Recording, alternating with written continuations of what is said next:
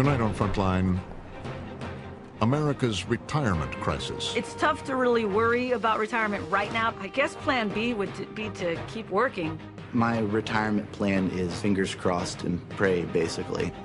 Even if you have a 401k or IRA, will you have the money you need to retire? If you make $100,000 a year, you need $1.5 million to be okay. A lot of 401k programs are lousy. You put up 100% of the capital, you take 100% of the risk, and you get 30% of the return. Correspondent Martin Smith investigates. Make it simple. That's a question that can only be answered on what your risk appetite is. If you don't this isn't making it simple. Well, I wish it was simpler.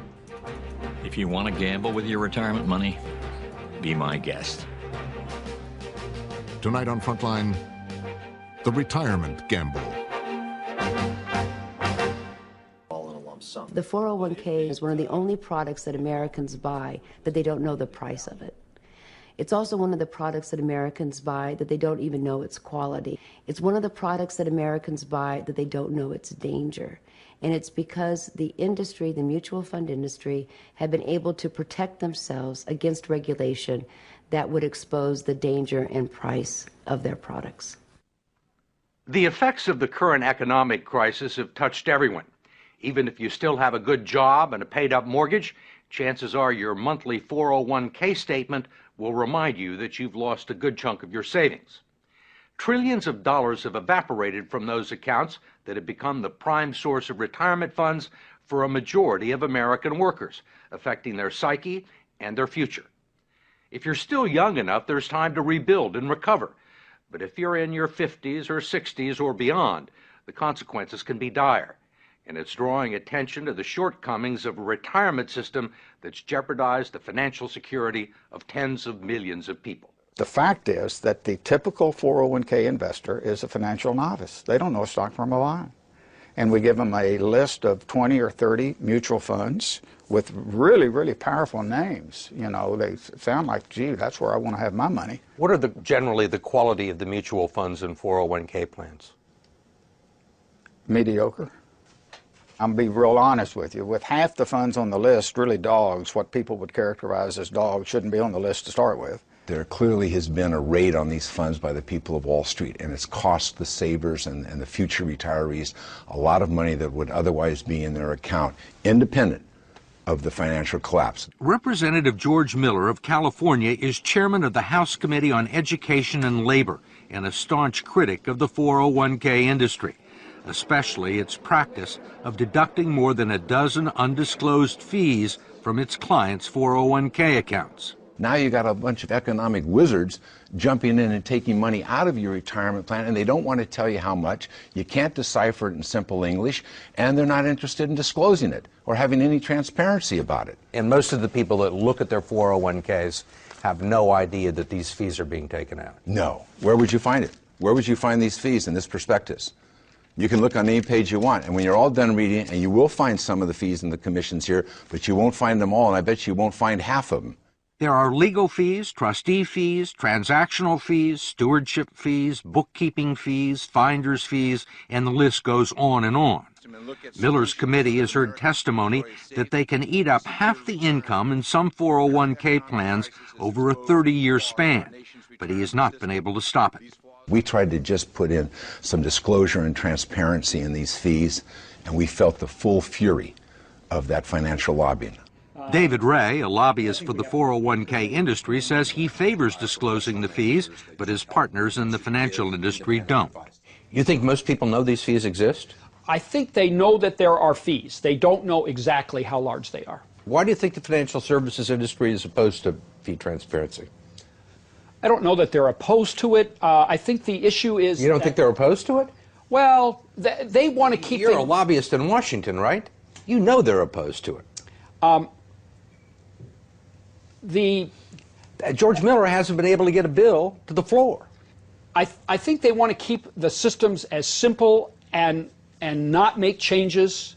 They like the way things are, and whenever you push people out of their comfort zones, you know, it's an issue. I mean, they're comfortable with the situation because they're making a ton of money, or they have made a ton of money. With us now to unveil this week's new issue of Time magazine, Time's managing editor, Richard Stengel. Rick, what are we looking at this week? Well, we're looking at a subject that is bothering millions and millions of Americans, 70 million Americans to be exact. It is the problem of 401ks and why we need to retire the 401k and why it's not working for millions of Americans. Yeah. So what do we do instead? Well, what we propose instead is a insurance pension plan, where instead of paying that money into a 401k, you pay it into an insurance plan that guarantees you a pension. And that seems fair. I mean, the problem with the people who have lost all their money in their 401ks is 401k, isn't it supposed to be what you have when you retire? Why would you put money, 6% of your salary, into something that is a risk? Well, it's a risk, and then it's also something where you deplete it. I mean, it's basically a bunch of cash that you have when you retire, and you're supposed to take out 4 or 5% a year. I mean, and everyone depends on how you. It's the smart thing to do. It was for a long time. There's a whole business. I'm not sure it was. I mean, it's not even 30 years old, right? So you have a whole class of people who have grown up, these investment advisors, who take this thing and are telling you to do something that nobody has tested or not. It's like a vaccine that they haven't really tested, and they don't know what the long-term influence. Let's switch gears to another way to eliminate huge taxes: life insurance. Just so you know, I say it on every program, I do not sell life insurance. I don't sell stocks, bonds, funds, annuities.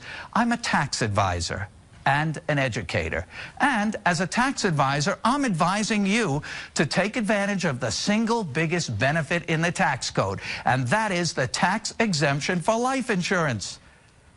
You've heard me talk about the incredible leverage and tax-free benefits of life insurance, all tax-free.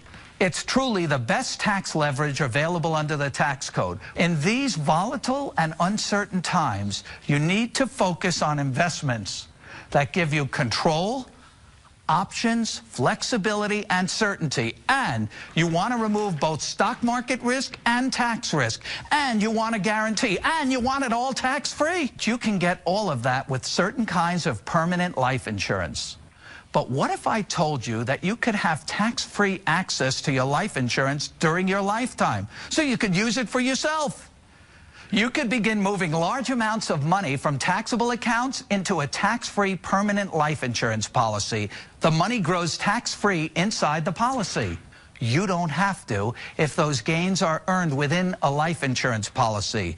If your money's going to grow, it may as well grow tax-free, right? You need to realize that life insurance is an investment, but it's better than your typical investment accounts because it's tax-free. Oh, and one more thing. Life insurance comes with something else that you can never get from the stock market: a guarantee. Believe it or not, this is an area where you might want to invest the maximum you can into the policy. If you're approaching retirement or already retired and looking to shelter more of your taxable money into a tax-free vehicle, this might be the place for you. But the mistake most people make at this stage of life is trying to pay the least for the policy. So you might be thinking, how can paying less be a mistake? Everybody wants a good deal, because this is an investment, not an expense. If you were saving money in a bank account, would you want to put in the most or the least? Of course you want to put in the most, because this is your savings. You should look at permanent life insurance the same way, except that the investment is tax-free. So why would you keep money growing in a taxable account when it can be transferred to a tax-free investment?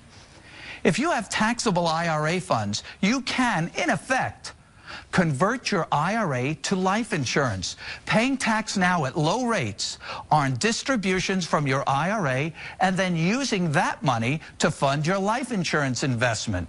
That accomplishes two things. You reduce your future tax exposure in your IRA by taking distributions now, and you build up a tax-free source of retirement funds should you need them. If it turns out that you don't need to tap into your life insurance for retirement income, then the life insurance benefit builds for your family. Also income tax-free, and for most people, this is truly the best leverage available, and it's all under your control. Once again, I do not sell life insurance, but as a tax advisor, I gotta tell you that the tax exemption for life insurance is the single biggest benefit in the tax code. Make it a part of your retirement savings plan and your estate plan. But remember, This area of your life is a little tricky. You must do it the right way to receive all the benefits I'm telling you about.